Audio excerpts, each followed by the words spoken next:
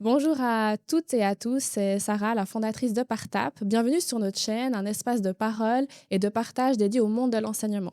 Aujourd'hui, j'ai la chance d'accueillir non pas une invitée, mais deux invités. Ce sont deux logopédistes passionnés que vous connaissez peut-être déjà sous le nom de Blabla Studio sur les réseaux.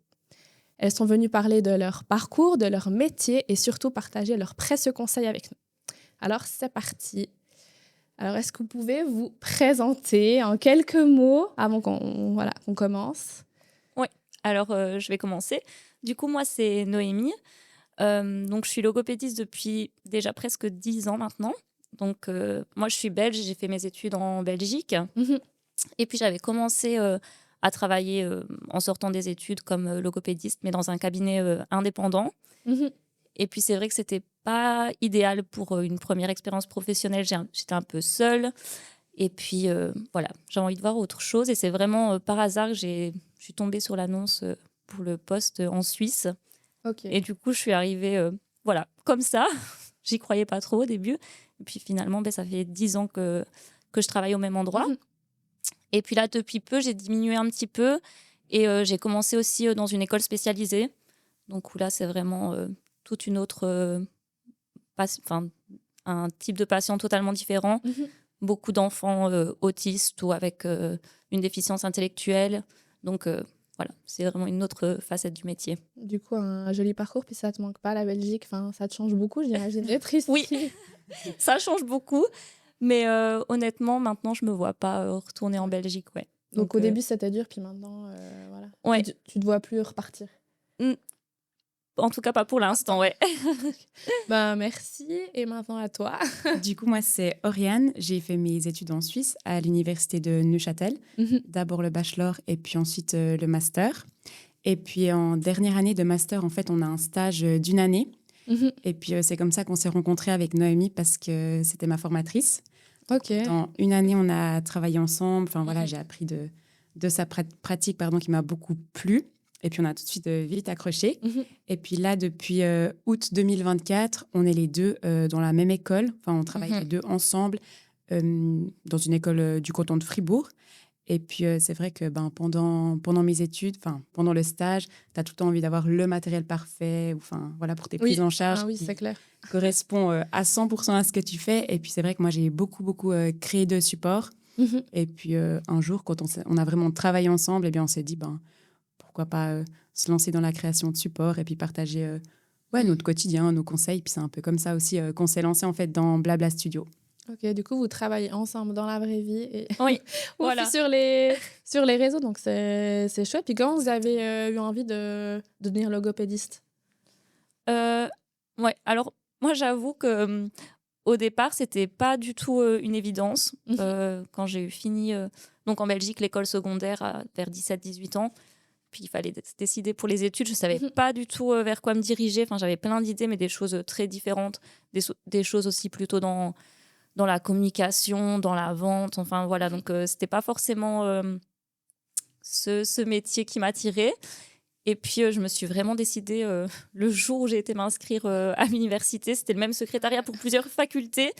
Et jusqu'au dernier moment, j'ai hésité. Et puis, je me suis dit, bon, bah, allez, j'essaie logo, on verra. Et puis, finalement, voilà, c'était le bon choix, je pense. Donc c'était pas une évidence dès le début, Non, mais... c'est vrai, j'ai toujours aimé quand même travailler avec les enfants. C'était ça qui Mhm, m'attirait. Après, ben, par la suite et pendant les stages, j'ai découvert que c'était un métier qui était beaucoup plus varié que ce que je mhm. pensais. Mais ouais, c'est vrai que c'était ouais, pas une évidence au début, mais maintenant, je suis très contente. Ouais, tu dois plus Mon faire autre choix. chose. Non, Oh bah c'est important. ouais, ouais, ouais. Et puis toi? Moi, je rejoins un petit peu Noémie. Mhm, C'est vrai qu'en dernière année du gymnase, je me questionnais un peu sur quoi faire. Puis il y avait aussi plein de trucs qui me plaisaient. Je me disais le droit, la médecine.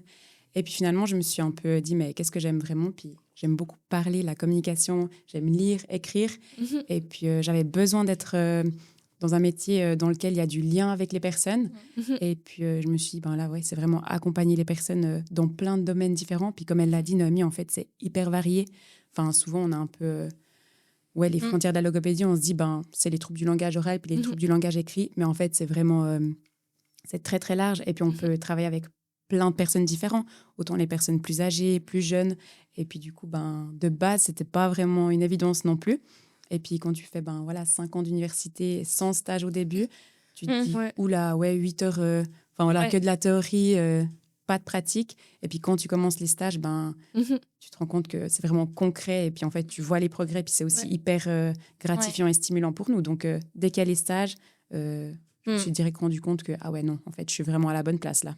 Mais c'est fou que ce soit 5 ans d'académie Ouais. Ouais. avant de rencontrer avant de rencontrer vraiment le métier, parce que c'est... Ouais, en fait, on a, Et- si tu veux bien, quelques petits stages, genre 2-3 jours d'observation. Ouais. Et vraiment, la dernière année de master, là, c'est 80% de stage. Puis on a quand même des blocs, des cours. Des fois, je venais pas en stage. Ouais. Mais c'est vrai qu'avant avant 4 ans, t'as pas vraiment de concret, quoi.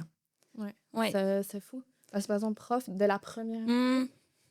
t'es déjà en stage, Ouais. une matinée, en tout cas dans le canton de Vaud. Ouais. Ouais. Et puis là, vous avez quand même un métier où, comme les enseignants, vous êtes à proximité, vous êtes avec Oui. les élèves, et vous encore, c'est encore différent parce que vous êtes seul à 2 Ouais.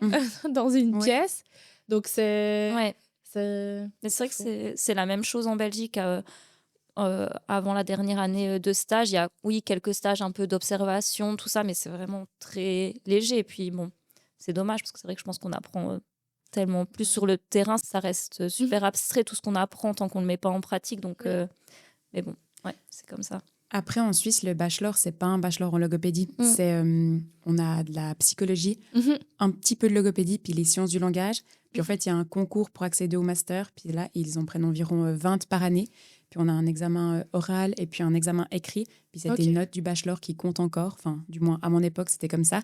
Et puis, c'est vrai que avant le master, tu sais pas vraiment si tu vas pouvoir être logopédiste, en fait. Puis après, Ok. dès ta première année de master, comme Noémie, elle a dit, il y a quelques petits stages d'observation, mais c'est vraiment 5 jours en janvier et puis 5 en février. Enfin, c'est assez Ah ouais, faut être, restreint. faut être sûr de son choix, parce que si tu Ouais. fais 5 ans et au final tu dis ah, c'est pas ça qui me plaît, Ouais, ou t'es c'est pas vrai. pris, ou t'es pas pris, parce que Ouais. 20 c'est rien, c'est pour tous les cantons romans, 20 ou... C'est vraiment pour l'université de Neuchâtel, il y en a 20, et puis l'université de Genève, Mhm. il y en a aussi une vingtaine.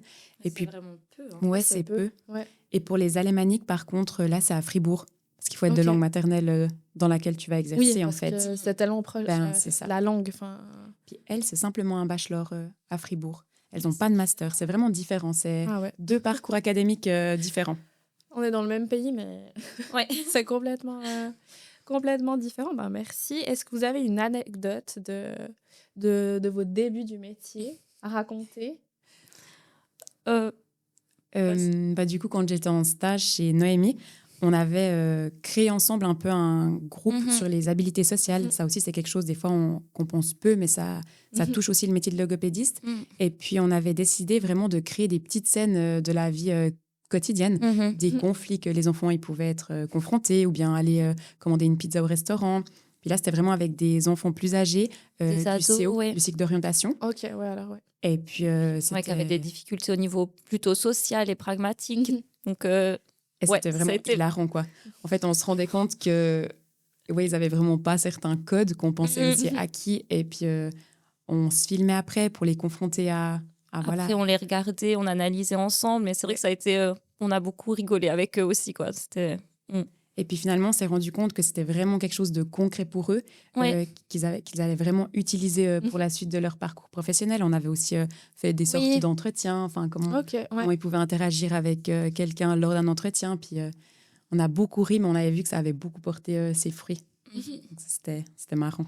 Je pense que quand on se lance, on a été 5 ans à l'école, et puis tout d'un coup, on se trouve face à des élèves, on a notre petite planif, et au final, ça se passe Ouais. Ouais. pas du tout, et puis on s'adapte. Donc, c'est hyper intéressant. Maintenant, vous avez pu rebondir, puis Mm. Exactement. adapter votre Oui. pratique. Alors, de toute façon, vraiment, je pense que c'est le mot le plus important dans notre métier. C'est vraiment tout le temps s'adapter Mhm. à l'enfant ou aux enfants quand on est en groupe qui sont en face de nous, quoi. C'est vraiment le truc le plus important, je pense. Oui, je pense que quand on travaille avec l'humain, on n'a pas il Ouais. n'y a pas de Ouais. mode d'emploi qui va pour tous les enfants, toutes les particularités. Voilà, Exactement. c'est du sur-mesure chaque fois. Puis, est-ce que vous avez un top 3 des motifs de consultation? J'imagine que vous en avez tellement, mais on va en parcourir Oui. 3 déjà. Oui, alors, vraiment, je pense la la demande qui revient le plus souvent et puis aussi pour lequel on a le plus de questions, de demandes, de conseils, tout ça. C'est vraiment l'articulation. Bon, je pense que c'est aussi pour la plupart des gens, quand ils pensent à la logopédie, c'est souvent ça qui vient en tête. Ah oui, mais moi, quand j'étais petite, je savais pas dire tel son. C'est souvent ça qu'on nous dit. Oui. Donc ça, c'est vraiment la première, une des demandes qu'on a le plus. Donc les enfants qui ont des difficultés à articuler certains sons, par exemple le ch ou le s, voilà. Puis parfois, c'est vrai que les difficultés, elles peuvent être quand même plus importantes, où il y a plusieurs sons qui sont touchés. Là, il va manquer des syllabes dans les mots et tout ça. Et puis c'est vrai que là, une fois que ça a vraiment... L'enfant, il va avoir du mal à se faire comprendre par son entourage ou les personnes extérieures. Là, ça peut être quand même plus compliqué à gérer, plus frustrant. Et puis là, c'est vrai qu'il faut vite prendre en charge.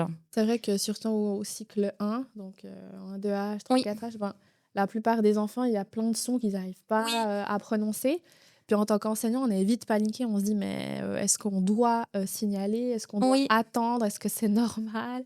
Pas normal? Est-ce que tu as un indice où tu dis là, il n'y a pas de... Enfin, il ne faut pas attendre, il faut vite prendre en charge? Oui, mais je pense vraiment, si l'enfant, il n'arrive pas à se faire comprendre par une personne inconnue dès le tout début de l'école enfantine, là, c'est vraiment un signe où il ne faut pas attendre, c'est sûr.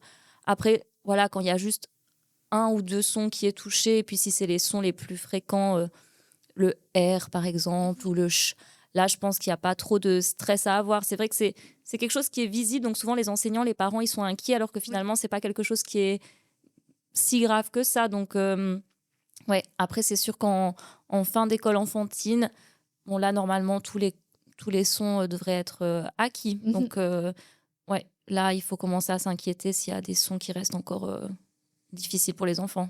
Puis si on a des Belges ou des Français qui nous écoutent, on est d'accord que école enfantine, c'est grande maternelle, grande Alors, section. En France, du coup, c'est les petites, moyennes sections. Petites et moyennes et grandes sections maternelles. Et non, mais j'ai un trou, je sais même plus. Non, on dit maternelle aussi en Belgique. Maternelle, ok. On dit en Belgique, maternelle aussi, les maternelles. Comme ça, au cas où, on est à jour sur tous les pays francophones. Voilà. C'est vrai que si je peux peut-être rajouter un truc, des fois, moi, je demande aussi aux enseignantes ou aux parents, mais est-ce qu'il arrive en fait à faire ce son de manière isolée? Pas du tout au sein d'un mois. Puis là, ça peut être aussi un indicateur. Si vraiment on voit qu'au niveau moteur, c'est compliqué et puis on ne sait pas où placer sa langue, etc., ça peut être un indicateur aussi. Des fois, ils arrivent à le faire en isolé, donc vraiment juste le son. Puis quand c'est dans un mot, là, on voit que c'est plus compliqué. Et puis, est-ce qu'il faudrait faire répéter l'élève ou pas du tout? C'est toujours un peu la question. Alors, ce qu'il faut faire, en tout cas, c'est toujours lui donner le bon modèle. Mais c'est important d'essayer de faire ça justement de façon naturelle et pas de couper la communication, la discussion.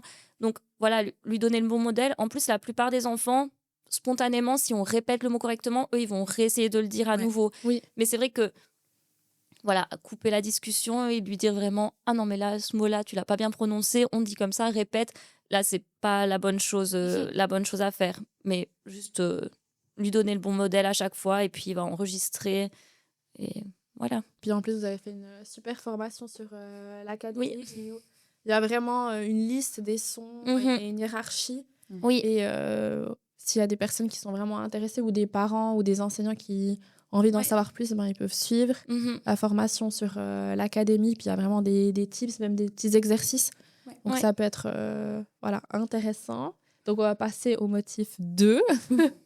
Du coup, pour le deuxième motif, on s'est dit que c'était vraiment les troubles du langage écrit.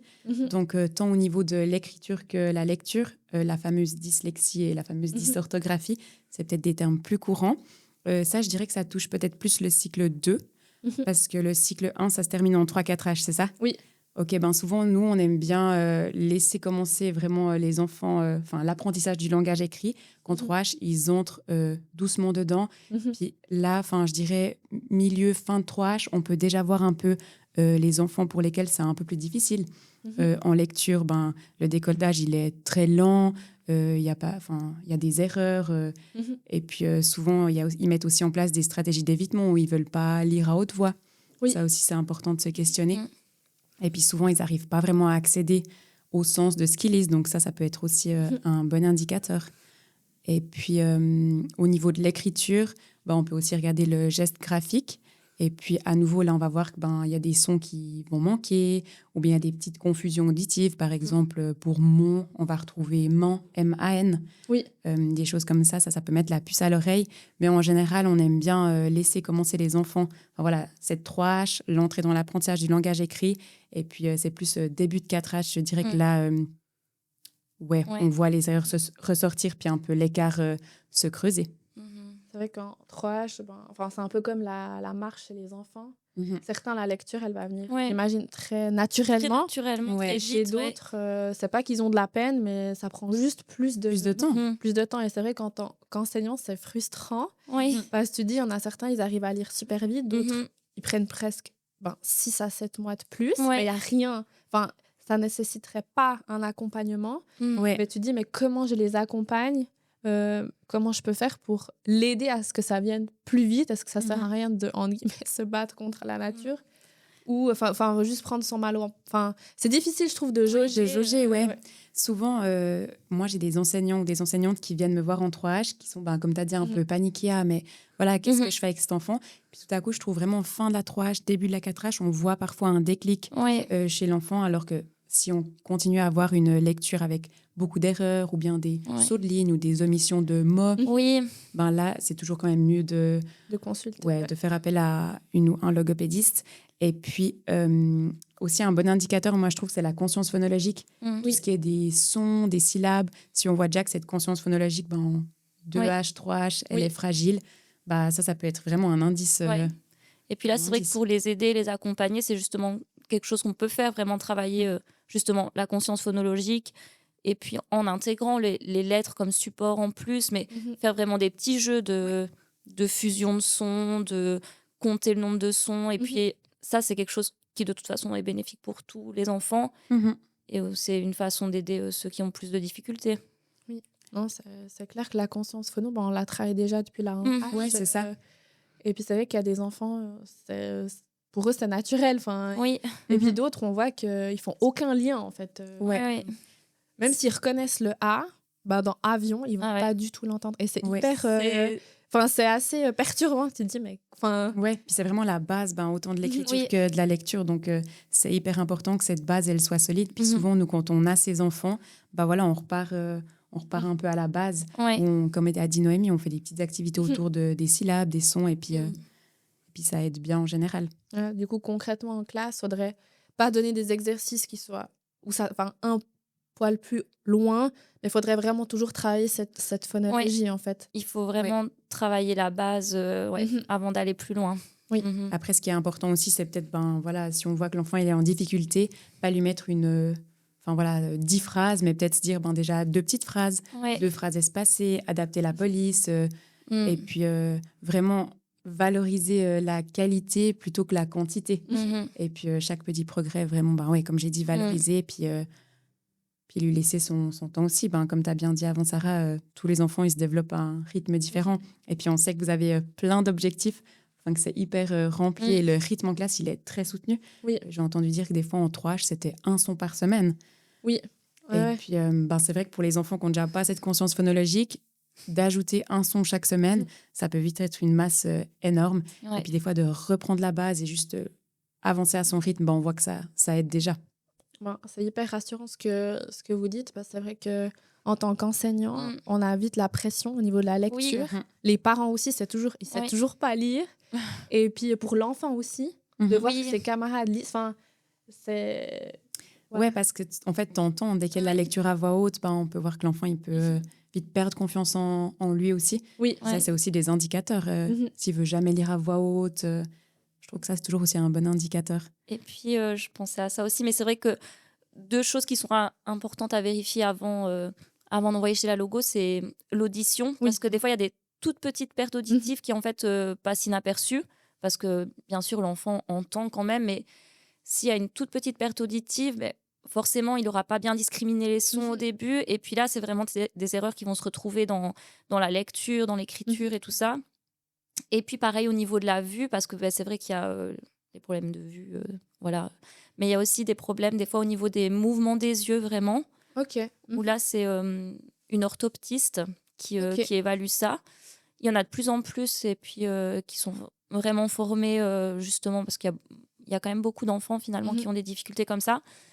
Et puis c'est vrai que là, c'est justement ces enfants qui font beaucoup de sauts de ligne, qui oublient des mots et tout ça. Ok, donc ça peut être Des fois, les parents disent « Ah non, il a déjà été vérifié la vue, elle est bonne ». Et puis en fait, en allant chez l'orthoptiste, ils se rendent compte que non. Et puis là, il y a vraiment des petits exercices de rééducation à faire. Ok. Et puis, forcément, si au niveau visuel, il y a des difficultés, ça va se voir en lecture, quoi. Donc ça, c'est vraiment 2 choses à vérifier absolument avant même d'aller chez la logopédiste, quoi. Ok. Bon, comme ça, on a des conseils concrets. Ouais. Et puis le dernier, le 3e. Oui. Alors le 3e, c'est peut-être quelque chose qui est un petit peu plus général et puis où des fois les difficultés, elles peuvent venir de plusieurs choses différentes, mais c'est où les enseignants ou les parents vont nous dire que en fait, il y a des difficultés de compréhension. Donc, ça peut être très large. Ça peut être dû à plein de choses parce que c'est vrai que des fois, ça peut être aussi, par exemple, un enfant qui a un trouble de l'attention. Finalement, ça peut être difficile de faire la différence entre un enfant qui a des troubles de l'attention et un enfant qui, en fait, a des difficultés de langage et puis qui ne comprend pas et qui n'est pas attentif parce que il n'est pas capable de comprendre certaines choses au niveau du langage. Puis c'est vrai que des fois, c'est quelque chose qui peut passer inaperçu assez longtemps parce que souvent, c'est des enfants qui sont plus calmes. Les difficultés, elles se voient moins. Et puis, ils vont imiter un peu ce que les copains font et puis ils vont passer un petit peu inaperçus. Mais c'est vrai qu'on voit que les enfants qui ont des difficultés de compréhension, ça a des grosses répercussions par contre au niveau des apprentissages. Donc ça, c'est important d'être attentif à ça. Donc, là, que je pense quand on voit un élève ou quand son enfant se rend compte que, dans les consignes, souvent, il a besoin qu'on lui répète plusieurs fois, toujours de simplifier. S'il n'y a pas d'exemple, c'est compliqué. Là, il faut assez vite aller consulter quand même. Et puis là, j'ai l'impression que c'est plutôt les enseignants et les enseignantes qui sont concernés parce que les parents, souvent, ils disent non, mais il comprend quand je lui dis de mettre ses souliers. Oui, bien sûr, mais en fait, l'enfant est devant la porte, il y a les souliers devant lui, il a déjà mis sa veste. Forcément, c'est vraiment de la compréhension en contexte. Alors que quand il est à l'école, comme elle a dit Noémie, il peut regarder ce que font ses camarades. Mais quand il est tout seul devant sa feuille, là, vraiment, il est confronté à ces difficultés, on va les voir ressortir. Et c'est justement là les enseignants et enseignantes qui sont, j'ai l'impression, les plus aptes à voir les premières difficultés, en fait. C'est vrai que si c'est des enfants qui sont très discrets, comme tu disais, on va voir typiquement qu'ils copient tout. Enfin, on peut se dire, mais il n'a rien compris ou il n'a pas écouté. Et c'est ça. Et c'est vrai que c'est toujours difficile de dire ce qu'il ne comprend pas. Et en plus, on a de plus en plus d'enfants qui ne parlent pas français ou ce n'est pas leur langue maternelle. Alors, on se dit souvent, c'est peut-être pas sa langue. Je trouve que c'est difficile de se dire quelle est l'origine de la difficulté et qu'est-ce que je vais mettre en place. Parce que s'il ne comprend pas, est-ce que je dois simplifier mes consignes ou aller lui dire... à côté, il y a des enfants qui ont besoin qu'on soit à côté d'eux et qui nous regardent et qu'on montre. Puis quand on a 19, on peut pas... C'est pas possible. Voilà, c'est pas possible. Moi, c'est vrai que pour les consignes, j'ai des petites images, des pictogrammes qui disent un peu, ça revient toujours les mêmes termes, mais souligner, entourer. Et puis souvent, je mets juste à côté de la consigne l'image concernée. Puis vraiment, pour ces enfants, un support visuel sans avoir 20 000 images à côté de lui, mais vraiment 2-3 petites images, ça peut déjà bien les aider, en fait. Et ce que j'ai remarqué aussi qui aidait parfois mes élèves, c'était de donner une consigne à la fois. Parce que parfois, on donne la consigne de toute la fiche. Et puis, en fait, il y a trop d'informations, on doit retenir trop de choses. Et puis ça, on peut faire à toute la classe. Où on dit, c'est l'exercice 1, on donne la consigne à tout le monde, après on stoppe, on redonne la consigne. Parce que c'est vrai ils ont tellement d'informations. Et puis, y a le copain à côté qui bouge, y a une mouche qui passe. C'est difficile de capter leur attention. Je trouve même au sein d'une consigne, il y a 4-5 éléments. Et même ça, pour eux, c'est déjà trop. Il faudrait vraiment donner 1-2 éléments et puis quitte à tout le temps revenir et faire vraiment petit à petit puis l'accompagner là-dedans. Mais des fois, on se dit « Ah, mais j'ai donné une consigne. » Oui, mais dans la consigne, il y avait coupé, collé et puis déposer la fiche dans le casier. Donc vraiment, au début, tu découpes. Quand tu as toutes tes images découpées, tu peux coller et puis après... vraiment saccader en fait la consigne. Ouais, d'avoir un support visuel saccadé Oui. et puis d'avoir peut-être un exercice par fiche ou voilà, épurer Oui. peut-être Ouais. un peu. Puis ça, on peut faire au final à toute la classe. Oui. Parce que c'est un peu le challenge de s'adresser à tout le monde et à chacun Oui. en même temps. Et je pense tout ce qu'on peut faire en amont en tant qu'enseignant, c'est toujours ça de gagner. Oui. Parce que sur le moment, c'est aussi frustrant pour nous de dire mais j'ai préparé tout ça et normalement ça fonctionne. Ou enfin, Ouais. c'est pas simple. Mais en tout cas, merci pour vos conseils. Et puis vous, quand vous êtes à deux, comment vous aidez l'enfant à travailler la compréhension? Parce que c'est quand même challengeant. Moi, souvent, je reprends vraiment le vocabulaire parce qu'on voit que Il y a souvent la des base de difficultés au niveau du lexique. Oui. la base de la compréhension, c'est quand même le vocabulaire. Et puis, j'aime bien travailler par thème. Par exemple, on prend le printemps. Puis après, dans le printemps, il y a les habits qu'on porte au printemps. Il y a la météo du printemps, la nourriture. Puis je trouve qu'on peut bien faire des liens. Ok. Et puis, c'est vrai que quand on commence un suivi en logopédie, la première étape, c'est toujours de faire un bilan. Mhm. Puis c'est vrai que là, des fois, c'est justement pour les enseignants, les parents, ils savent pas trop en fait à quoi ça correspond ce bilan. Mais du coup, là, on va vraiment justement évaluer le vocabulaire et puis aussi vraiment les structures de phrases. Donc, les phrases négatives, les relatives. Et puis là, on va vraiment voir avec, tiens, en fait, toutes les phrases, cette structure syntaxique en particulier, toutes les phrases, il n'a pas compris. Donc là, on sait que ça, c'est un truc qu'on va devoir travailler en séance. Puis là, on va vraiment reprendre des choses très typiques et à nouveau s'adapter à chaque enfant. Il faudra travailler d'autres choses. Mais c'est vrai que avec ces enfants qui ont des difficultés de compréhension, c'est souvent le vocabulaire. Et puis, la structure des phrases qui, en fait, n'est pas maîtrisée du tout. Ouais, c'est vrai que le vocabulaire, on peut aussi le travailler en classe, en collectif. Ça peut aussi. Oui. Quand on lit une histoire ou bien les livres, ça, c'est vrai que je trouve que dès qu'on voit que l'enfant est lent dans le langage écrit, des fois, la compréhension orale, elle s'améliore aussi parce que il est confronté à des nouveaux termes, etc. Ouais. Voilà. Merci pour vos conseils. On a déjà plein de choses qu'on peut mettre en place. Et puis maintenant, on va passer à la partie un petit quiz, mythe ou réalité. Donc, on a récolté un peu ce qu'on entendait, que ce soit de votre côté ou de mon côté en tant qu'enseignante. Et puis, on va voir si c'est vrai ou pas. Alors, je lis la première question, mais je n'ai pas tout retenu. Il faut toujours reprendre un enfant qui prononce mal. Ça, Noémie, elle a un peu donné la réponse avant, mais non, c'est faux. Enfin, comme elle l'a dit, je pense que c'est bien de donner le bon modèle et puis peut-être en accentuant un peu le son. Par exemple, ah, tu as vu le chat rouge? C'est un exemple. Et puis, comme elle a dit Noémie, en fait, l'enfant, de son plein gré, souvent, il va répéter. Puis au moins, il entend Exactement. le bon mot. Ouais. Exactement. Donc, c'est faux. Le bilinguisme n'est pas un frein, il est une richesse. Ouais. Du coup, là, c'est vrai, oui. C'est vrai que souvent, c'est une inquiétude des familles ou des enseignants aussi, où on se dit, oui, forcément, il y a 2 langues, donc il va y avoir un retard, ça va être plus compliqué.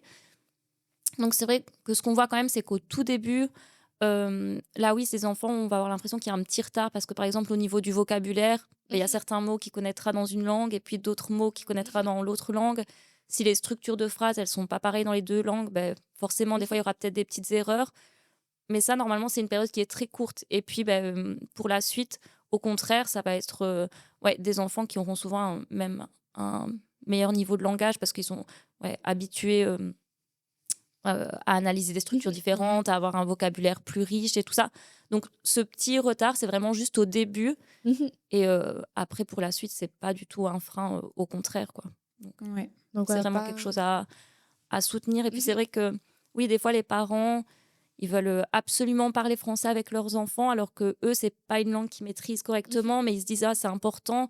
Et puis ça, c'est vraiment quelque chose qu'on essaie qu'on déconseille. Et puis, c'est important de parler la langue qu'on maîtrise, bien sûr, et puis aussi simplement la langue qu'on aime et qui est notre langue, la famille, quoi. ça, voilà. Et puis le français, il l'apprendra très bien et très vite à l'école avec ses copains. Et les enfants, ils apprennent très rapidement. Mhm.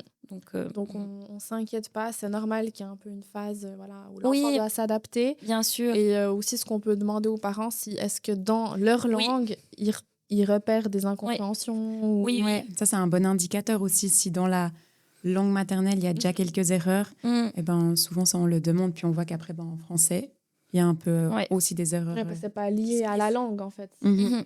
Exactement, ouais. Ouais, comme ça, on pourra rassurer les parents et les enseignants aussi. Un enfant qui parle tard aura forcément des difficultés scolaires. Faux.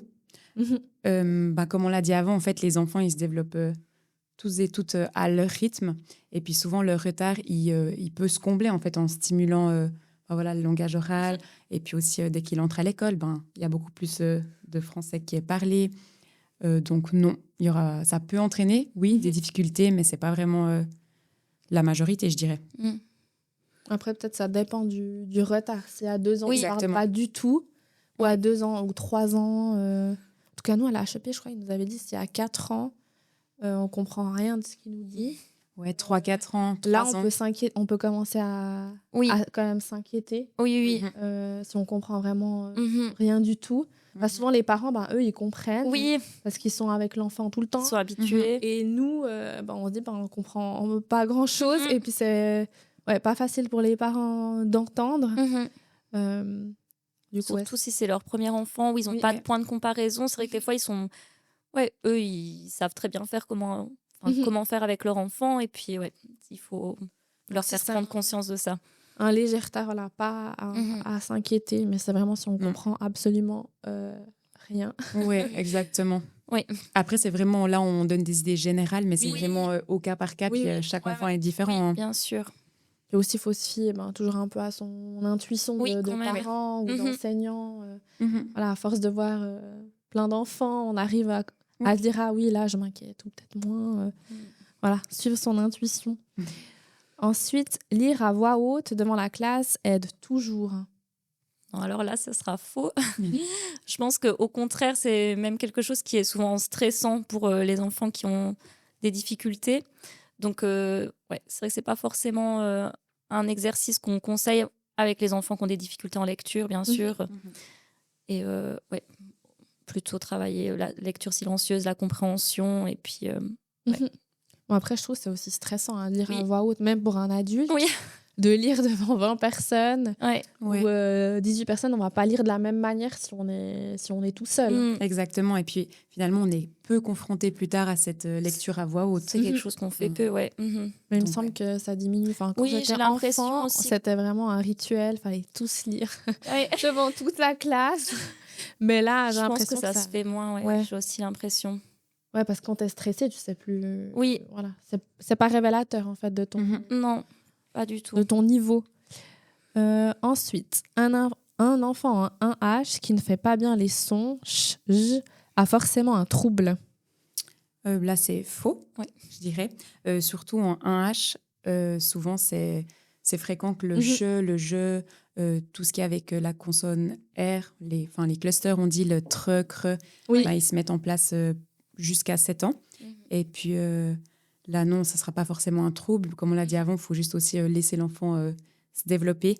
Et puis, souvent, ça se met en place de façon normale. Et puis, si vraiment on voit que fin de la 1H, c'est encore compliqué pour l'enfant, là, on recommande quand même de voir une logopédiste. Mais en 1H, c'est vraiment assez fréquent, je dirais. Ok. Ouais, c'est vrai que moi, mes élèves disaient toujours tracteur, c'était un peu... Ah oui, c'était tracteur. Ou 4, ou si 4, vous avez de la peine à le dire. Ou 3, ils disent croix. Exactement. Mais on ne s'inquiète pas, alors c'est normal.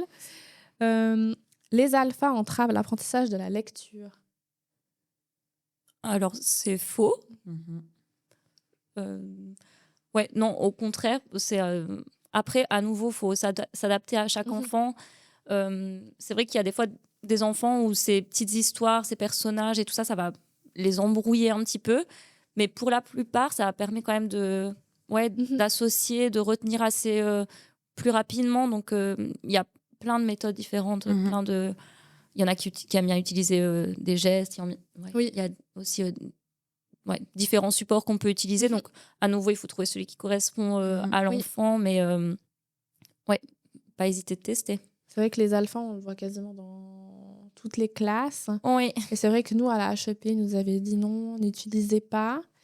Parce que souvent, les enfants, ils disent Madame I à la place de I. Enfin, que voilà, ça pouvait entraver. Mais après, ça, j'ai l'impression qu'il y a des enfants, comme tu disais, le support visuel, il est hyper... pour eux, une patate sur la... Enfin, il y a un point. Enfin, pour eux, c'est une histoire, puis ils retiennent. Oui. Et puis d'autres, ils sont focalisés vraiment sur le fait que c'est Madame I. Enfin, voilà. Moi, c'est vrai que dans ma pratique, j'utilise peu les alphas. Enfin, je sais pas toi, Noémie, mais moi, c'est rare que je les utilise. Après, souvent, j'aime bien construire vraiment avec l'enfant une toute autre histoire qui lui parle vraiment à lui. Oui. Et puis, ça, des fois, je trouve que c'est plus bénéfique. Si c'est vraiment l'idée de l'enfant, souvent, il va mieux mémoriser, en fait. Après, c'est vrai que c'est peut-être pas aussi utile de... justement, l'utiliser pour toutes les lettres. En plus, par exemple, les voyelles, c'est quand même des lettres que les enfants apprennent assez vite. Mais par exemple... le B, par exemple, qui est toujours confondu avec d'autres lettres, ou une lettre qui est un petit peu plus difficile, mais là, ça peut être bien d'utiliser soit les alphas, ou de demander à l'enfant, trouver ensemble un mot qui commence par cette lettre, qu'est-ce qu'on peut dessiner qui a un petit peu la même forme, et puis là, ils retiennent encore mieux quand ça... Donc des fois, ils ont des idées un peu farfelues, mais eux, ils retiennent comme ça. C'est vrai que c'est farfelu, plus ils retiennent. Oui, puis tout support visuel, souvent, ça aide quand même l'enfant. Donc, que ce soit les alphas ou bien quelque chose qu'on crée, nous, je trouve que c'est toujours vraiment un bon moyen pour aider l'enfant. Ok, on retient alors. Il vaut mieux apprendre à lire avec les lettres majuscules. Ça, c'est faux, je dirais, parce que autant dans les albums de jeunesse que les livres, c'est tout le temps écrit en minuscules. Et nous, on trouve beaucoup plus pertinent directement d'entrer dans cette forme d'écriture. Ouais. Alors, c'est vrai qu'après, en enfantine, souvent, ils apprennent d'abord à tracer les lettres parce que c'est plus simple. Mais après, il faut assez vite leur présenter les lettres en minuscules parce que c'est ceux qui verront plus. Puis il y en a des fois qui sont très différentes finalement entre la majuscule et la minuscule. Donc, et souvent, on voit qu'après, tout à coup, en 4H, on leur demande d'écrire une phrase. Ils doivent faire un J majuscule et puis ils sont perdus. Ah, mais je ne sais plus comment on fait en fait le J majuscule. Donc, on voit vraiment qu'ils voient beaucoup plus les lettres minuscules, puis qu'en fait, les lettres majuscules, elles sont quand même assez rapidement vite oubliées. Pas toutes, mais les plus complexes à écrire. Voilà. Après, il y a tout le débat. Bon, après, on n'a pas le temps d'aborder ça aujourd'hui, mais de l'écriture, parce qu'après, il y a le lié. Puis parfois, on les entraîne à lire en lié. Puis c'est quand même... voilà. Alors moi, pour la lecture en lié, personnellement, je ne suis pas du tout pour. C'est rare que dans un livre, dans un album de jeunesse, ce soit écrit en lié. On est vraiment plutôt confronté à l'écriture script. Moi, je trouve mieux de passer à ça. En plus, les enfants qui ont des difficultés en écriture liée, souvent, c'est encore une charge supplémentaire au niveau du geste graphique. Donc moi, en tout cas, de ma prise en charge, l'enfant qui veut écrire en détaché directement, c'est vrai que je le laisse écrire en détaché. Mais ça, j'ai l'impression que c'est vraiment lié un peu à l'enseignant aussi. Après, dans le plan d'études, on est quand même censé le faire. Mais voilà, on sait que ça peut entraver l'apprentissage et amener une surcharge pour l'enfant. Puis je pense parfois prendre la liberté en tant qu'enseignant et professionnel de se dire quel est mon objectif. Est-ce que c'est vraiment d'écrire en lié ou de lire, choisir un peu son combat. Exactement. Ensuite, les gestes peuvent accompagner le développement du langage oral. Oui, c'est vrai que moi j'ai suivi une formation, ça s'appelle le soutien gestuel. Et puis c'est vraiment des gestes qui sont en lien avec le mot. C'est pas du tout la langue des signes. Et puis moi j'ai trouvé, en tout cas pour soutenir la compréhension, l'apprentissage du vocabulaire, d'associer un geste à un mot. Souvent ça aide les enfants en fait à mémoriser vraiment mieux ce mot en fait. Donc moi je suis vraiment pour. C'est vrai que pour les très jeunes enfants ça marche bien. Et puis même, il y a aussi pour des gestes qui sont faits avec les bébés. Souvent le encore. Le baby signe, là. Il y a une méthode comme ça. C'est en vogue en ce moment. Mais c'est quelque chose qui est quand même qui fonctionne bien. Et puis, on voit que les bébés assez jeunes, avant de pouvoir parler, il y a des petits gestes qu'ils peuvent refaire. Et puis, bon, après, bien sûr, le but, c'est de... Toujours, on dit le mot quand même en faisant le geste. Et puis, finalement, les gestes, ils seront abandonnés par la suite. Mais c'est un bon support. Et puis... Ouais. Parce que Quelque final, chose qui ça aide. passe par les sens. En fait. Oui, oui. Moi, c'est vrai que des fois, j'ai des parents qui m'ont déjà dit « Ah, mais si on fait juste le geste, eh ben, en fait, il va jamais parler. » Oui, voilà. Mais en fait, comme elle a dit Noémie, non, on accompagne le langage Oui. oral avec des gestes. Mhm. Donc, en fait, on est sur C'est juste différents un canaux. soutien, ouais. Puis c'est un support en plus voilà, qui amène au langage oral, mais ça va jamais, jamais freiner le langage oral de l'enfant, en tout cas. Ok, ben, comme ça, on est rassurés. Certains exercices pratiqués à l'école aggravent les troubles. Est-ce qu'il y a, il y a des exercices où qu'on devrait absolument abandonner ou pour vous, il n'y a pas vraiment de... Sans jugement, hein, vraiment, c'est... Ouais. Non, mais je pense, comme toujours, il faut s'adapter. Et puis après, c'est vrai que nous, on n'a pas du tout les mêmes objectifs. Oui. Des fois, c'est aussi difficile de se comprendre parce que nous, le but, enfin, on est quand même un métier thérapeutique. Et puis nous, ce qu'on veut, c'est que simplement, que ce soit le langage oral ou la lecture, l'orthographe, que ce soit fonctionnel et puis que l'enfant il puisse se débrouiller, être autonome. Mais on n'a pas des objectifs comme à l'école. Et puis, du coup, c'est vrai que pour nous, des fois, il y a certains exercices où on ne voit pas trop le sens. Mais ouais, vous devez suivre votre programme. Et puis, il y a des choses où... Après, comme ça, de tête, je vois... Il n'y a pas un exercice qui me vient où je me dis vraiment... je ne sais pas si tu penses à quelque chose. Non, je pense que c'est difficile pour nous de juger parce qu'on ne sait pas vraiment tout ce que vous faites en classe. Je pense qu'il faut retenir de notre profession, c'est ce que Noémie, elle dit, c'est que nous, on veut rendre l'enfant autonome et faire que la raison pour laquelle il vient chez nous, il vient nous voir, qu'au final, c'est un aspect qui devienne fonctionnel dans la vie de tous les jours. Donc, on ne cherche pas la performance, mais juste que ce soit fonctionnel et puis qu'il puisse écrire, lire, parler de manière autonome. Bon, c'est rassurant s'il n'y a rien qui... Enfin, rien qui vous vient en tête. Ouais, en tête. Pas en tête. Mais après, c'est pas dans le sens du jugement, on dira cette enseignante fait faux, mais dans le sens, parfois, on ne sait pas qu'on peut mettre en difficulté à cause de l'exercice. C'était plutôt dans ce sens-là. Mais ouais, c'est difficile comme ça. Ça dépend aussi, je pense, de l'élève aussi. Oui. Et maintenant, on passe à la question. On avait fait un sondage sur nos réseaux pour voir si les profs avaient des questions. Donc, merci à ceux qui ont joué le jeu, mais qui ont osé, parce que je sais que certains n'ont pas osé poser leurs questions. Donc, c'est toujours cool d'avoir un retour puis de pouvoir donner au podcast du sens aussi pour ceux qui nous écoutent. Et on a la première question. La question c'est, ça m'intéresserait beaucoup de savoir quels seraient les signaux, surtout au cycle 2, donc chez les plus grands élèves qui seraient passés entre les gouttes au cycle 1. Ouais, donc là, c'était au niveau de la lecture, je crois. C'est pas précisé, mais j'imagine quand on pense logo, c'est toujours lecture. Bon, alors si on part dans la lecture, souvent on voit que l'enfant, il lit encore de manière très lente, que c'est hésitant. C'est un peu une lecture souvent aussi saccadée, je trouve. Et puis, il y a aussi toujours ces erreurs un peu basiques, des inversions ou des choses comme ça. Je trouve vraiment la lenteur et puis une lecture avec pas mal d'erreurs, c'est toujours deux bons indicateurs quand même, où on se dit, là, en fait, il faudrait creuser un peu avec cet enfant. Et puis souvent, c'est vrai qu'on voit que ça lui demande beaucoup d'énergie.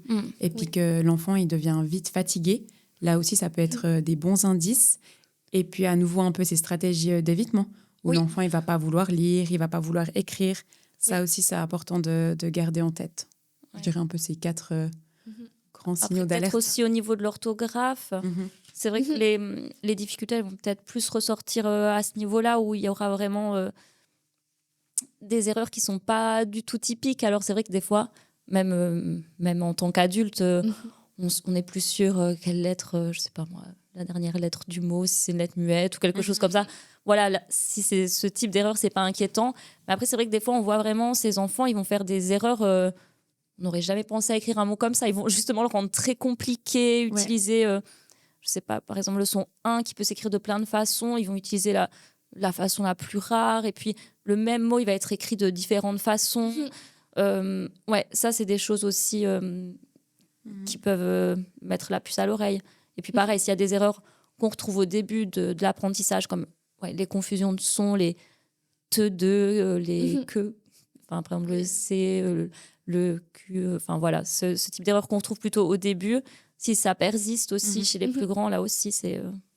Et aussi la compréhension. S'il lit, Ouais. il met tellement, tu disais, d'énergie pour Oui, lire, voilà. en fait, il n'arrive pas à comprendre C'est ça. ce qu'il lit. Si on voit que la lecture, elle est très compliquée avec plein d'erreurs et puis que le décodage, il est lent, saccadé, souvent, c'est des enfants qui vont pas du tout accéder au sens de ce qu'ils lisent. Et puis ça, c'est vraiment aussi un bon indicateur. Ok, bon, là, on a assez d'indicateurs à observer. Trop, peut-être? Non. Non, il n'y a jamais trop, je pense. Quelles erreurs fréquentes voyez-vous dans la manière dont on soutient un enfant en difficulté de langage ou de lecture? Bon, alors moi, je pense que déjà, les enseignants et les enseignantes, il faut vraiment vous faire confiance. Au final, c'est vous qui voyez l'enfant passer 8 heures par jour. Enfin, c'est rare qu'on voit vraiment des enseignantes faire des choses pas adéquates. Enfin, voilà, vous avez une bonne formation, vous êtes à l'aise avec les enfants. Enfin, mais des fois, c'est d'aller peut-être trop vite avec un enfant. Après, vous avez le groupe classe, forcément, puis des objectifs. Comme de ne pas avoir le temps, en fait. Exactement, mais... C'est plutôt ça, ouais. Ou bien, voilà, c'est au niveau de la quantité du texte aussi à lire. Des fois, vraiment juste se dire, on axe vraiment sur la qualité, comme je l'ai dit avant, et pas la quantité. Et se donner la liberté de se dire, lui, au lieu de lui faire lire 12 phrases, on en fait déjà lire 4. Et puis, mais ça, je pense que souvent, c'est des choses qui sont faites d'office. Et puis, valoriser chaque petit progrès. Parce qu'en fait, à l'enfant qui est en difficulté, tout va lui demander beaucoup d'efforts. Et puis, il y a le risque qu'il se retrouve tout le temps confronté à l'échec. Et du coup, voilà, même si c'est un mini-effort comparé peut-être à un autre enfant, quand même de valoriser. Mais je trouve que il faut vraiment vous faire confiance. Et on revient un peu à cette intuition, en fait. Je pense que vous l'avez. Et puis, vous êtes formé aussi pour. Quand un parent refuse l'aide d'un ou d'une logopédiste, que faire? Ça arrive très souvent. Nous, c'est vrai qu'on est peu confrontés à ça parce que souvent, en fait, les enseignants ou les enseignantes, ils font déjà un petit peu, des fois, ce travail en amont de recevoir, lors de vos entretiens. Des fois, vous pointez un peu déjà les difficultés. Et puis, c'est vrai qu'après, nous, quand on appelle ça le contact préalable, mais quand le parent, il nous appelle, ça veut dire qu'au final, il a déjà fait un peu la démarche d'accepter que son enfant est en difficulté. Je pense que c'est dans le sens où, nous, quand on accueille le parent, il y a souvent des parents où il faut leur dire 3, 4, 5 fois, ou peut-être même plusieurs années avant. Et je pense dans le sens, que faire avec cet enfant qui est en difficulté. Oui, mais c'est vrai que... Non, vas-y. J'y vais, souvent, nous, on les reçoit aussi quand même dans notre bureau. Des fois, avant le signalement, quand on voit que c'est un peu compliqué pour eux. Puis moi, souvent, c'est vrai que je montre où leur enfant il devrait un peu en être. Et puis des fois, qu'ils se rendent compte en fait de l'écart, ça les fait accepter. Et puis, on est quand même un soutien. Et du coup, je trouve qu'avec un échange, une discussion avec eux, en montrant les différentes choses que l'on fait dans notre bureau, souvent, ça les rassure. Et puis après, ils vont être OK en fait d'entrer dans une thérapie. Mais c'est vrai que si on force le parent, l'enfant va retomber sur l'enfant. Si le parent, il n'est pas partie prenant de la demande, souvent, ça ne vaut pas la peine d'engager une thérapie parce que l'enfant, il va faire ressentir ce sentiment à l'enfant, puis l'enfant, il ne va pas être investi.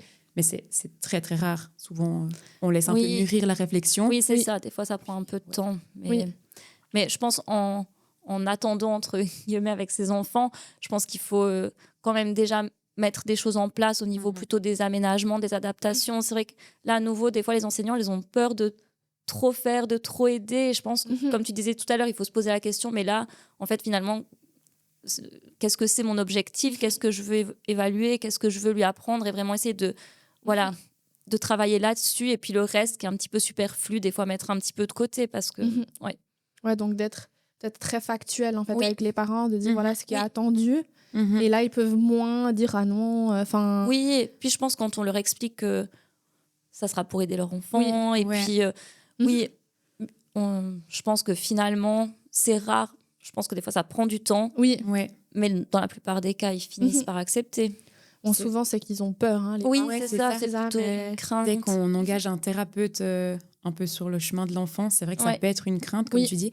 Et puis notre métier, des fois, je trouve qu'il est peu connu un peu du grand public, disons, des parents, etc.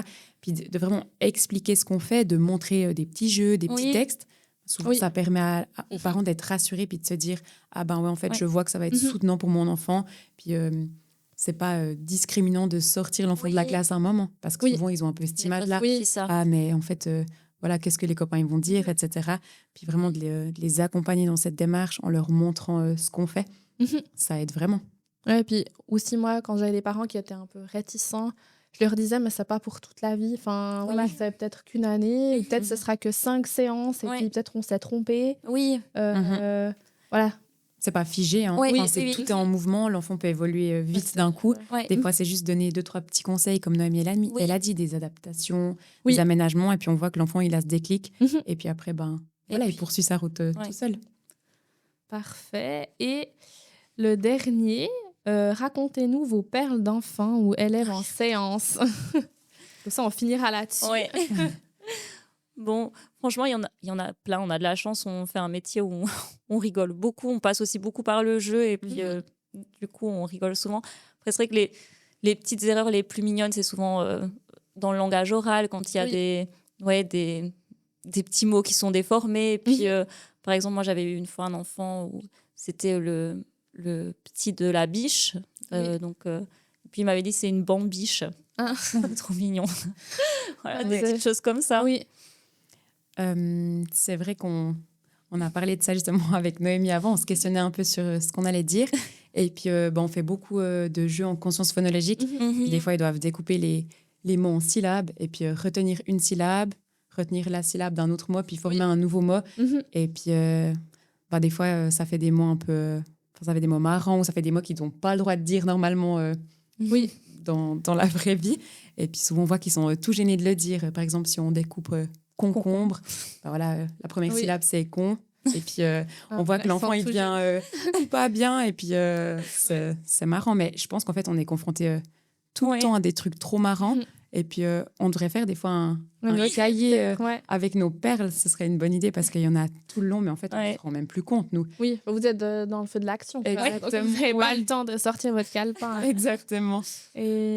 et d'écrire. Bon, en tout cas, merci à toutes les deux pour vos conseils. Merci. À Et toi. si les enseignants ou les parents qui nous Mhm. écoutent, ils peuvent Mhm. toujours vous contacter Oui. sur Blabla. Exactement. Mhm. Ouais, nous écrire un petit message. Et puis même les étudiants ou étudiantes Oui, aussi. qui veulent soit faire logopédiste ou bien qui Mhm. sont déjà Mhm. à l'université, Mhm. on est aussi là pour Mhm. aider, répondre aux questions. Et puis voilà. Puis on peut retrouver tout ce que vous créez, enfin une Oui. partie en tout cas de ce que vous créez sur Partap, et Oui. puis aussi une formation. Mhm. Et s'il y a une formation qui leur serait utile, ils peuvent aussi soit vous écrire, soit nous écrire. Comme ça, on peut la mettre en place et puis se soutenir. Mhm. Collaborer entre enseignants et logopédistes. Ouais. C'est important. Et en tout cas, un grand merci. Et Merci. puis, rendez-vous au mois prochain avec d'autres invités. Voilà.